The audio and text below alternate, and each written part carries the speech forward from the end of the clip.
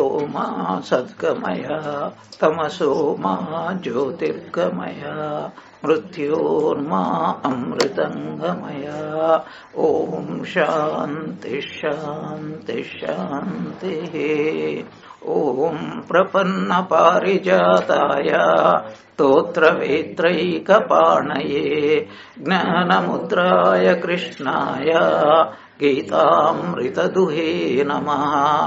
सर्वोपनिषदो गावो दोग्धा गोपालनन्दनः पार्थो वत्सः सुधीर्भोक्ता दुग्धं गीतामृतं महत्।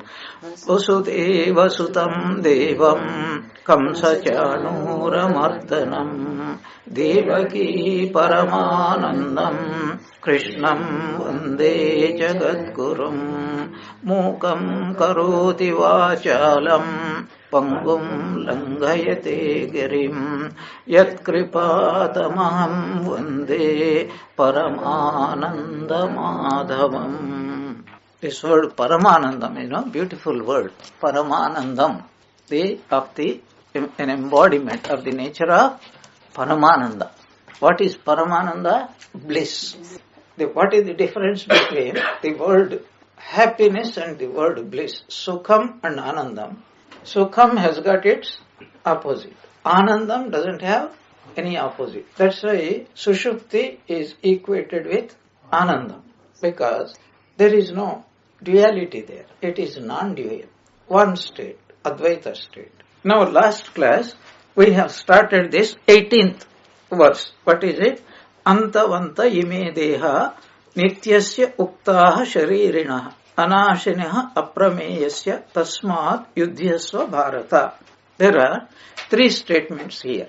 First, Bhagavan Krishna totally separates two facts. Here is Atma, self, and here is Anatma. Atma is the self. Atma is eternal. Atma is unchanging, etc. So many descriptions. That is what we call real reality.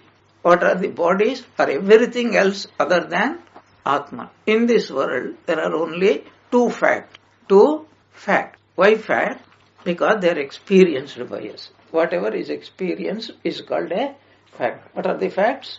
Reality and seeming reality. In Sanskrit words it is called Atma and Anatma. And Atma is only one. Anatmas are any number. We gave the example. One moon shining, a lot of waves, and in each wave one moon is reflected. Now let us briefly discuss why Atma is only one. Because there are some philosophies which say there are many Atmas are there. As many Jivas are there, so many Atmas are there. But one fact all philosophies agree without any contradiction is each soul, Atma, is Paramananda, is of the nature of infinite bliss. First. Then each Atma is Ajaha, means birthless. Birthless means what? Deathless. If something is not born, it cannot have death. And changeless. These are the qualities dualists, qualified non-dualists, that means Madhvacharya, Ramanujacharya, Advaita, all philosophies, Indian philosophies, agree that Atma is beyond comparison. The difference comes whether Atma is one or Atmas are many. But without going into the controversy, what I want to say, how do we know Atma is one? There is something we have to understand.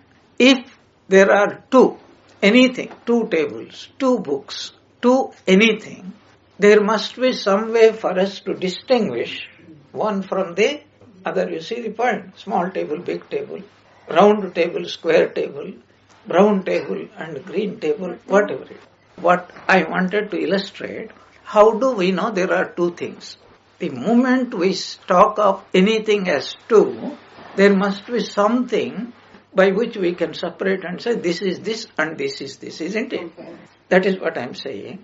If Atma is one, Atma means what here? Consciousness. A pure consciousness is one.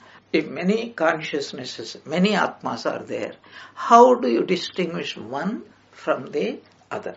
Really speaking, you cannot distinguish. Logically, it is impossible. What is the logic?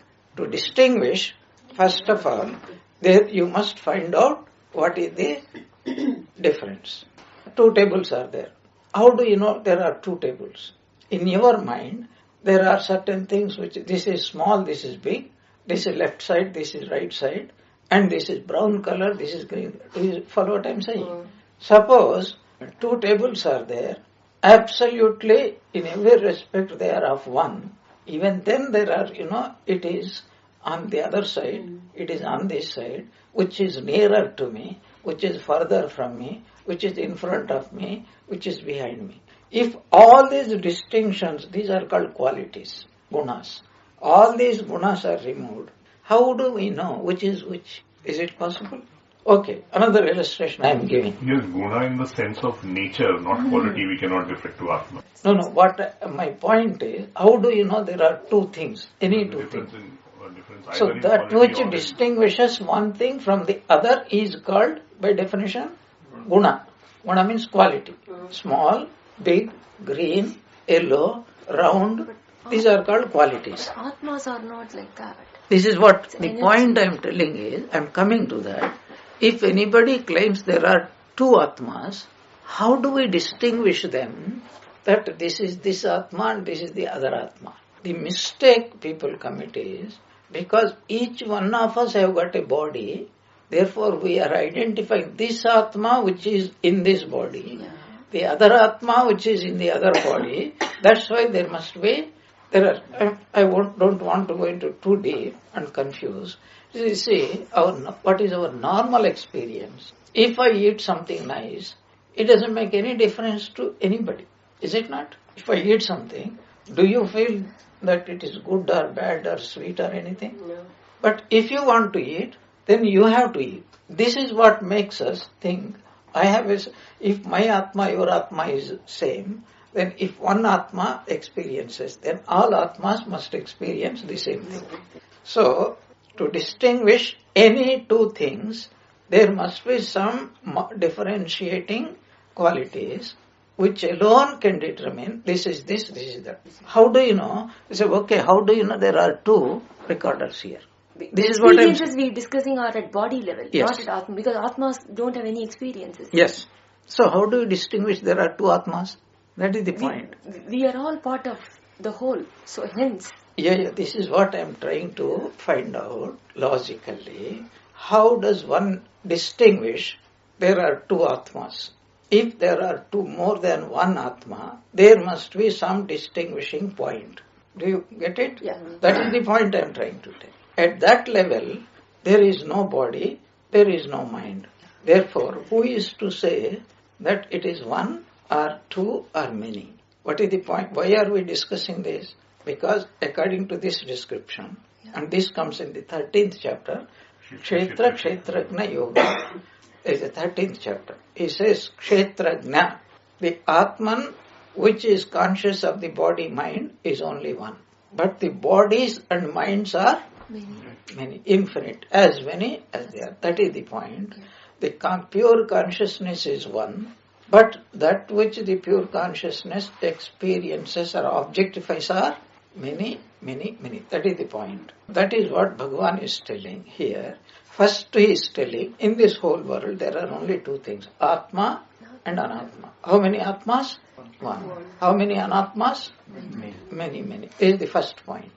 And Atma is unborn, eternal, infinite, and Paramananda Swarupa, and all those qualities, Ajaha, Nityaha, Shashvataha, Akarta, Abhokta, etc. We have given lot of descriptions. But whatever is Anatma, understand Anatma, non-self. Non-self is just the opposite. Seeming reality, changing, dependent, limited. All the three are same. We are using three words. This is the first division he makes. And then what is the third point he says in this particular verse? Tasmat yudhyasva. Because if you are thinking of, I am going to kill somebody, if you are thinking, I am going to kill the Atman, you can't. But if you are thinking of the body, you don't need to kill. As What I is funnily anyway? put it, already they are 1 foot in the Great. grave. But Bhishma, Drona were old. But Duryodhana and others, they were not. They were just like the colleagues of Arjuna. What Bhagavan wants to say, the seeming reality will disappear sooner or later. Therefore, there is no cause for you, from either point of view, to grieve. Because what was Arjuna's question, original question? He never raised the point of Atma or Anatma. He says, I am overwhelmed with grief. And Sri Krishna said, you don't need to overwhelm because there are certain things which never dies. Therefore, no need to grieve. Because Arjuna's query was, Sri Krishna asks Arjuna, why are you grieving? What is the reply? Well, I am going to kill somebody. From Atman's point of view, Bhishma, Drona are not going to be killed. From body point of view, whether you kill or Kala kills, it doesn't matter. They are not going to survive. But he also comes to this. You don't need to kill because the act of being killed is not done by anybody else, is an important point, but by your own karma. I am forestalling the idea that's going to come later on. This, if anybody either lives or happy, unhappy or dies, is not dependent upon Somebody else's action. anybody else. It is totally dependent upon what? Our karma. And our karma fructifies by a special factor that is called time. Bhagavan is telling, I am time, and as a manifestation of time, I bring beings into birth, I make beings grow, change and die.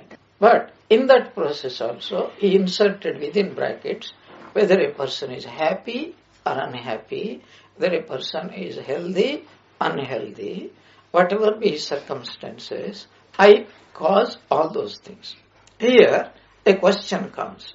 If Kala, in the form of Kala, is most wonderful question. How does God make us experience through? Everything is brought about in course of time. Time is called, what is the Sanskrit name for time? Kala. And God says, Kala is not something else. I, Kaloham, Aham, Kalaha, Loka, Kshaya, Krit, Pravruttaha. 11th chapter he says. I am bringing that idea here. Arjuna, you do not need to grieve at all because if Bhishma is going to be killed, Drona is going to be killed, who is going to kill? Time. And what is time? A person's, a person's own action. A person's own actions fructifying, that is called time. If you put a seed, you don't expect a mango or apple immediately, isn't it? What does it take? Time. Sowing time, growing time, and fructifying time, and decaying time, and time of death also. Everything, every creature, whether including one grain of paddy, everything happens like that. There are two factors, Atma and Anatma, and Atma is not born, so it is not subject to changes. What is the second factor? Anatma, anyway, it is undergoing a series of changes, and you don't need to be killed. Important point. You are not killing, but you can be seemingly instrumental in killing. Let us come to practicality. 3-4 days back, that Westminster, now who killed them? If you are Gita students, you can't say that some madcap had killed them. Apparently, he was the apparent cause of killing. But actually, what killed them? Time. Use that word, time. Time means our karma. When you do action, you do in time or not?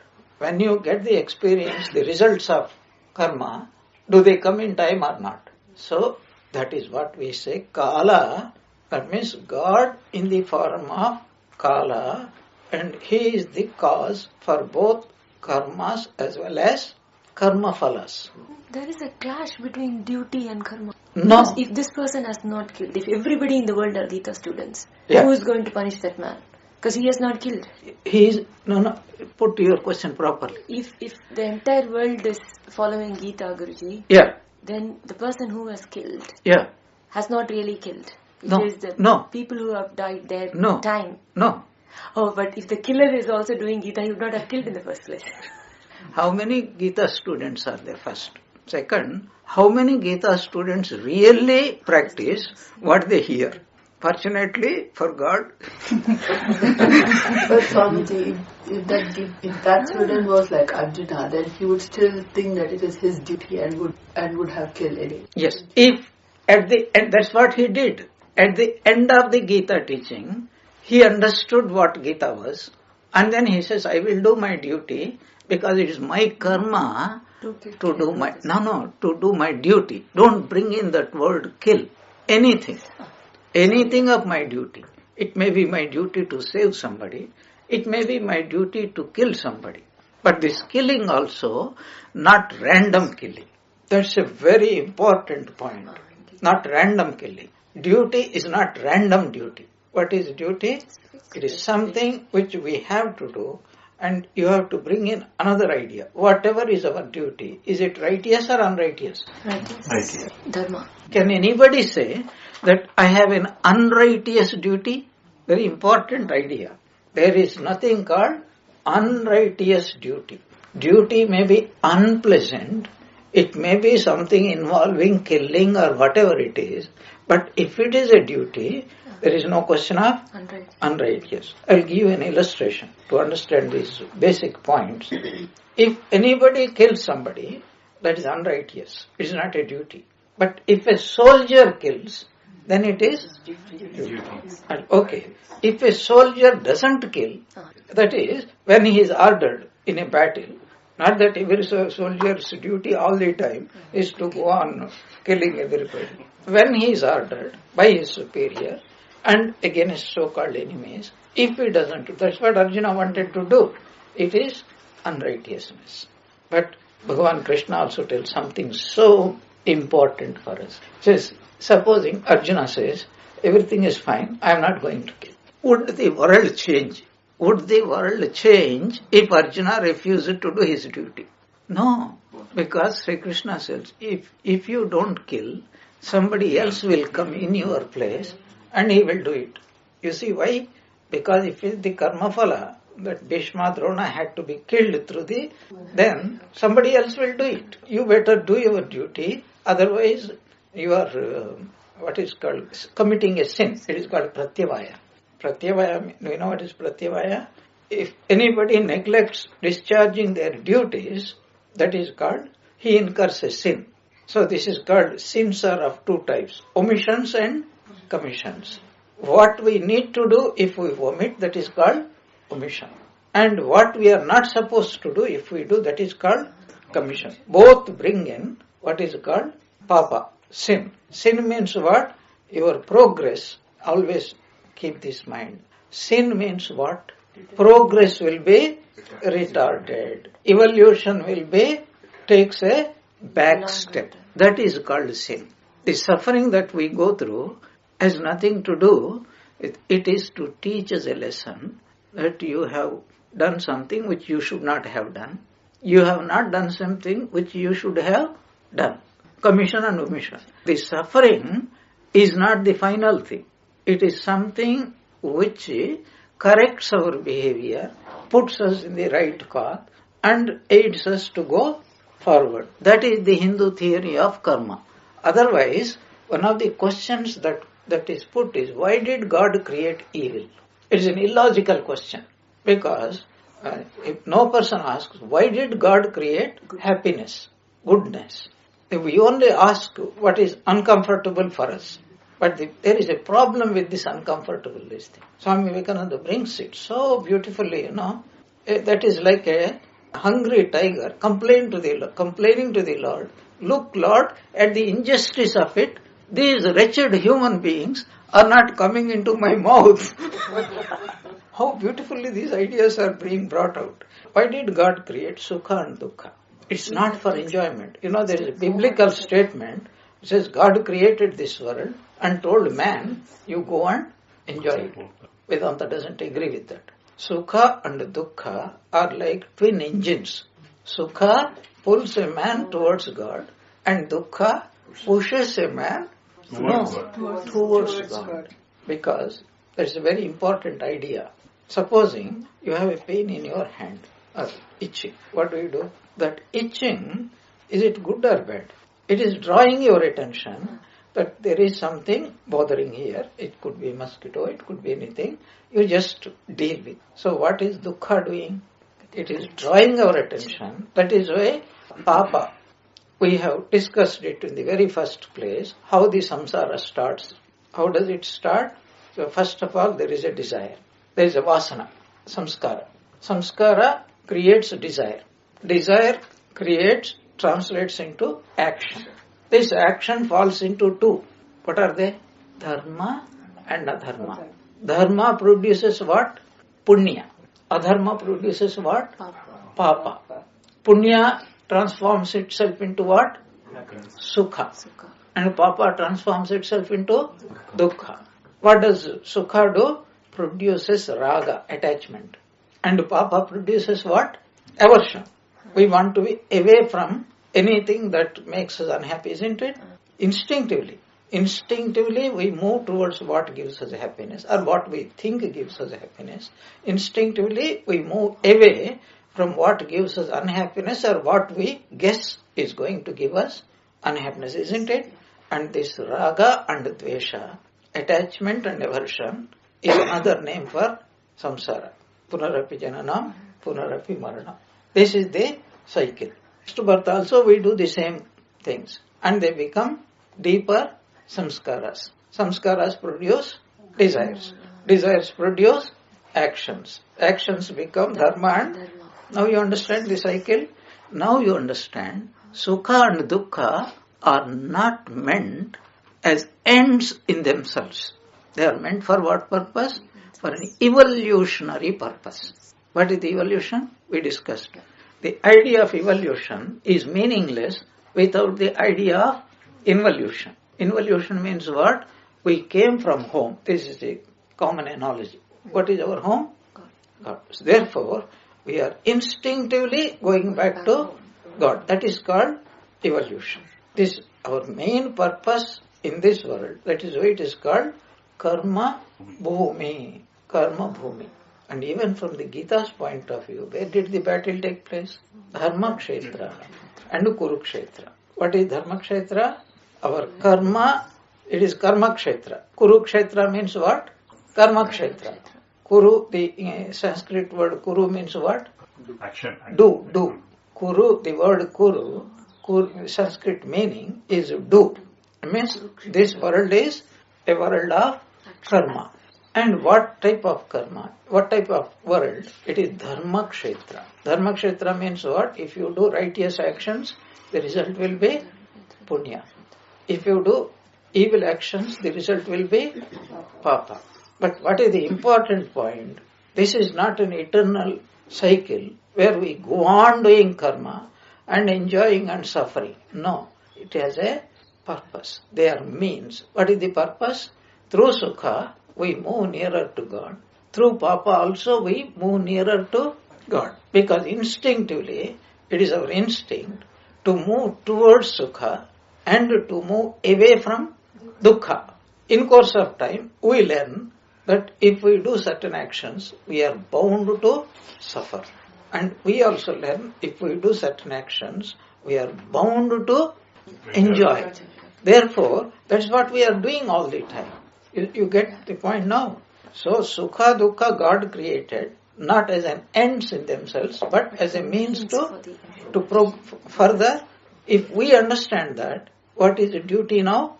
That which takes us nearer to God is our duty, and that which takes us away from God is opposite of duty. Clear about it, this point? That's what he is telling here in the 18th one. First of all, you are the Atma. Why is he telling about Atman? Because both about Atma, self and non-self, we don't have correct idea. About both we have wrong ideas.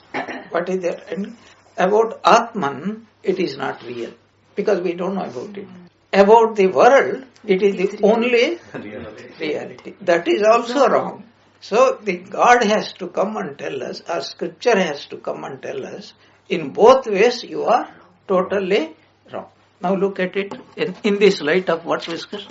Antavanta ime deha nityasya ukta sarin. These bodies of the embodied self, the self which is eternal, indestructible and immeasurable, are said to have an end. End means what? They come to an end. Means they die. What is it they die? The bodies will die. But the one who is within the bodies, who is that?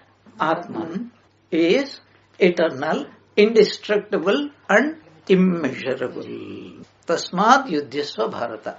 It's very important word. This word, commentators have given a lot of meaning. Yudhyasva means what? Therefore, you fight. Now, what does this word fight mean? Is God commanding, you fight? No, He is not commanding. First of all, that word fight, that specific word fight is used because where is this teaching being given? In the battlefield. Suppose he is there in the kitchen and refusing to cook. Then what would he have said? He would have used 4-letter words. Understand? A married couple had wonderful honeymoon, you remember now? Came back and the man went to job and the wife phoned to her mother and said, Mom, I cannot live with this man. Take me away immediately. Horrible man. So, darling, what happened? Why do you talk like that? You had wonderful honeymoon, yes. But why do you want me to take you away? Why do you call him horrible man? Mom, the moment we returned, he started using 4-letter words. Cook, wash. What is the point we are discussing? This word fight, the literal translation of it is, O Arjuna, you fight. Fight means what? You kill as many people as possible. That is the command of the Bhagavan. No, it is a wrong interpretation. It is not a commandment. What is it then? First of all, the first meaning we have to understand, it is you do your duty. Whatever it is. At home, or ruling the people, or saving some Brahmins, or teaching scriptures, or talking with your friends, whatever it is, whichever the situation, do that particular duty. Do your duty. This is the first meaning. The second meaning that is given is, Krishna has not brought Arjuna to war. He caught hold of his ear and then says, Arjuna, you fight. He is not telling it. Arjuna himself came with the intention of what? To fight. That's why it is called, this word is called Anuvada. Anuvada means reminding that you came for this purpose and in the meanwhile something happened to you. Now I am trying to tighten it and so you carry on your duty. Point is clear? How to fight he will tell later on. Not any haphazard way. Because if you fight like any other ordinary person, it is not Gita teaching. There are billions who are doing it, isn't it? Wars, fighting, doing their duty. Every one of us are doing our duty. Is it not? No. We are supposed to do duty and the way we are doing duties, it doesn't tally. That is the whole point of Gita. But once a person understands the Gita teaching, his way of doing it would be totally different. So what is that way of different? M asks, how to live in this world? Last retreat. How to live in the world.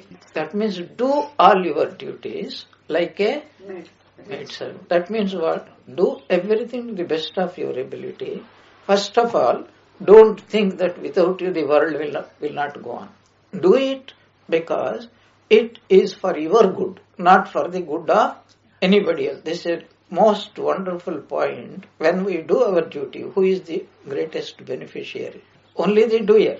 That's an important point for every spiritual person or even worldly person. Because nobody can do anything. Anyway, since the topic came, I want to connect it. If we accept the law of karma, Swami Vivekananda brings out this idea, you cannot help even a beggar. Why? Because you might try to help the beggar, but if the beggar is not in a condition to receive it, you cannot help. Somebody is wanting some food You can give food with certain conditions, with good attitude, lovingly, suitable, at the right time, at the right place, in a right mode, without expecting any results. Where do we get it? 17th chapter of the Bhagavad Gita. How to perform our duties. Igno dhanam tapaschaiva pavanani manishina. How to do even dana at the right time. Adesha kale dhanam apatrebhyascha diyate asatkritam avagnatam. What type of dana is that? Tat tamasam uchyate. At the wrong place, in a wrong way, with a wrong attitude, and with under humiliating conditions. If you give away something, that is called tamasadana. It's beautiful. We will come there. Plenty of time is there. Don't worry now. So you don't worry about how I should donate money. There is plenty of time is there. What is what is important for us here? The law of karma I wanted to connect. What is the law of karma? We receive what we get what we deserve. Okay? If you believe in the law of karma, that is what it means. What does it, on the other side, what does it mean? Nobody can help any one of us, because even if somebody is helping, unless I deserve to receive it, I won't be able to receive it. You won't think about it. Very important thing. That's why what is he telling? Yudhyasva means what? First 2 points we said. It is your duty just to do your duty. And in course of your discharging your duty, if something happens to anybody, either to you or to your party or to the opposite party, it is not because of you. It is because of their own karma. And if this one point is kept in mind, our doing duty is solely for whose benefit? For our own benefit. First point. What is the opposite point? We cannot really help anybody in this world. Swami Vivekananda's Karma Yoga, this is the greatest point he brings out here. Beautiful point. You cannot help even a beggar. That is why, what did Sri Ramakrishna's that teaching? Shiva Gnane Jiva Shiva. What does it mean? Once Sri Ramakrishna was talking about Vaishnava tenets. And there are 3 important tenets. Name Ruchi, delight in taking God's name. Second, Vaishnava Seva, serving fellow devotees, because they are all devotees. So the whole world, according to Vaishnavas, is divided into 2 categories. Devotees and everybody else. Non-devotees and everybody else. For devotees, you are going to serve. What are you going to do with the other category? Daya. Daya means what? You look down upon them with compassion, because they are not devotees, and you do what best you can do, but with the attitude of compassion. And Sri Ramakrishna was about to explain it. He went into ecstatic state, and then he came back, and then he said, "You wretched, miserable creature, who are you to show compassion upon the world?" No, not compassion, but serve as God. With the idea, I am serving Shiva, serve Jiva, looking upon him as what? As Shiva. And that day, Swami Vivekananda heard it. And he said, this is the greatest harmony Sri Ramakrishna brought today. How Jnana, Bhakti and Karma could be beautifully harmonized. What is Jnana? Shiva. Look upon as Shiva. What is Bhakti? The moment you see that this is Shiva, your heart will leap in what? Devotion. Shiva means, don't take this sectarian. God. The moment you could see God, your heart will be filled with what? Devotion. Bhakti. So Jnana and Bhakti. And serve him, and that serving is called Karma Yoga. So beautifully harmonized, Swami Vivekananda said that if I get an opportunity, I will proclaim it to the whole world. So through this, what is he telling actually? There are people who believe in God. There are people who do not believe in God. But this can be applied to everybody. Because if you believe in God, it would be a little bit easier to see God. But if you don't believe in God, you don't look down upon him. That means you are superior and he is inferior, and you stand on a high pedestal and he will be sitting and in the position of a receiver. What is, you respect the other person, in fact revere the other person, and then don't think you are doing some good to him, serve him. This is the idea of Ramanujacharya, service, seva. This is the idea. Yeah, seva. Jnana must bring bhakti, bhakti must end in seva. Don't use the word karma. Seva. That is the beautiful idea. Most people misuse it. Seva. That is why in all the temples, in the South Indian temples, most of the temples, it is Ramanujacharya was the Acharya who promulgated the system of temple service. They call it service. So that service, beautiful. There's so many people have different varieties of serving the Lord. Some collect flowers, some clean the place, some bring water, some cook for him, some do the puja. And according to his philosophy, nobody is inferior. The pujaris are superior. The water carrier is inferior. They are all Brahmins actually. And the person who is cleaning the temple compound, he is also a bhakta. This was the idea, but it was hidden. Now Sri Ramakrishna brings it out and Swamiji understood it. He says this is the basis of Swami Vivekananda's most wonderful book called Karma Yoga. Karma Yoga. Most marvelous idea. That is what Bhagavan Krishna is telling to him, that these bodies anyway, they are only temporary. But we also have to understand that why did God create this seemingly, this body and mind? Another important point we have already mentioned was, the whole world is nothing but our body and mind. There is no world apart from our body and mind. Think of it. You have to do manana on this subject. If you are saying, this is my body and this is the world, theoretically such a thing exists. Practically such a thing doesn't exist. Because my body is the whole universe. My body and mind is the whole universe. What is he telling? Why did God create this world? This is one of the questions. If the world is filled with so much of misery, why did God create? Really there is no answer. But philosophically, from Advaita Vedanta point of view, this is the answer we give. It is not for the pleasure of God. It is for our evolution so that we can reach God. This is the only world. World is the only instrument through which we can slowly evolve and reach our home, which is nothing but God. This is the wonderful point. These bodies of the embodied self, the self which is eternal, indestructible and immeasurable, are said to have an end. Therefore, O Arjuna, fight means, therefore, O Arjuna, you discharge your duty. In what sense? Here he didn't say. I am forestalling it. That you do it sukha dukkhe samay krutva. Labha labho jaya jayo. Tato yuddhaya yujyasva. That is, whether you win or you lose. Whether you are happy, whether it brings happiness or unhappiness. Whether you get respect or disrespect. Your duty is to discharge as a worship, as a form of worship. And that idea also is here, that how to realize God. He says, He from whom this whole universe has come, you worship Him by serving His world. This is one of the ways of reaching God. And that is what he is telling. Karma Yoga means two factors are there. One is discharge your duties to the best of your ability.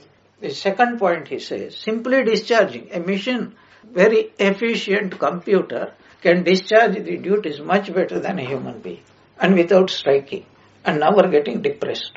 What is the second point? Always you must do your karma, Shiva Gnane, then only it is Karma Yoga. What is Karma Yoga? Unless we bring in the idea that I am doing it for the Ishwarasya Priti Kamanaya, for pleasing the Divine Lord. Otherwise it won't become Karma Yoga. That is what he is mentioning. But the other expansion will come later on. We will discuss it in our next class. Om Shanti Shanti Shanti.